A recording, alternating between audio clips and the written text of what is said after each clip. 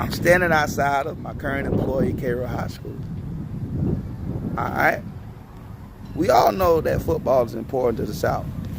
That's why I got Miami Hurricanes socks on. Not because I went to the school, because I'm a Hurricane fan. Now, my high school is the famous alumnus, such as Teresa Edwards, gold medalist women's basketball player. But over my shoulder, you see what graces our front of our school. If you get a close-up, it represents the 3 state titles that our school received in football. Because that's how important football is in the South. If you win a state championship here, you're a god. Players are treated like gods. And that goes what goes into the story that I chose. 40 miles from here is a city called Moultrie, Georgia, which had a football coach, Russ Prost, who was not only his claim to fame, then starred in Colquitt, he built the Hoover High School football program as well, leading them to 5 state championships until he was fired for moral improprieties. But Colquitt took the risk and hired him, and they recently had to fire him because of misappropriation of funds and because of he was administering drugs, alcohol, and other things allegedly to students. But why does this happen? I tell you why. Russ Prost has made millions of dollars for Colquitt County schools. That's why they were able to build a high school 2 years ago. Build a new football stadium. Sometimes we get so blinded, just like any other business, that we forget the most important thing. High school football coaches are educators just like all teachers and principals and everything else. But ain't no other principal or teacher making millions of dollars for the school.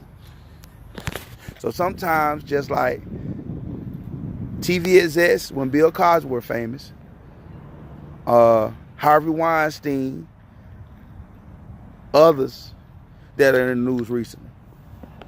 When people are profitable, we turn a blind eye to the stuff they was doing.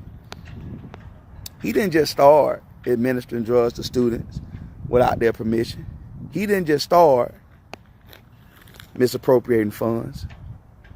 But as long as my reward to the program is worth the risk, we'll do that. And I chose high school football as a corporation because of how much money many times these coaches make for these schools when they get on ESPN and things like that, similar to the college coaches. Now, one thing I would have done different is further vetting him from his former employer. Yes, he's a Hall of Fame high school football coach, but he's a Hall of Fame example that I would want my son to follow. Yes, he could make millions of dollars from our program, but what would it cost us more? Colquitt is just not trying to answer that question as they let the highest paid high school football coach go.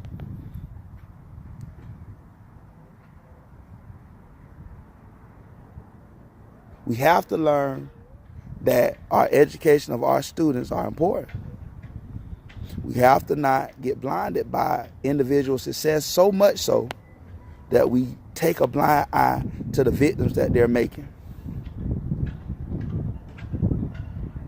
And so that's something that I would have did different as a Colquitt County employee. I would have vetted him more. And when the allegations first came out, I would have nipped them in the bud. And not make this individual feel like he had a God complex the way he kept on hurting other people. And now today, Moultrie is in the news for all the wrong reasons. But that's the article I chose. That's the thing I chose. Because in my home state of Florida, football coaches get paid a $3,000 to $5,000 supplement. Even for national champions like Miami Northwestern. While this guy makes $141,000 with no class he has to teach. We have to value our things. Because even in my discussion, we talked about how Georgia is ranked 11th lowest in graduation rate, but yet have over 36 coaches making over $100,000 a year, but has the 26th highest teacher pay. which is probably messed up by the fact that these coaches making so much. Just something to think about.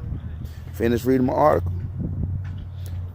I don't knock anybody's hustle, but we should never hustle at the hurt of students.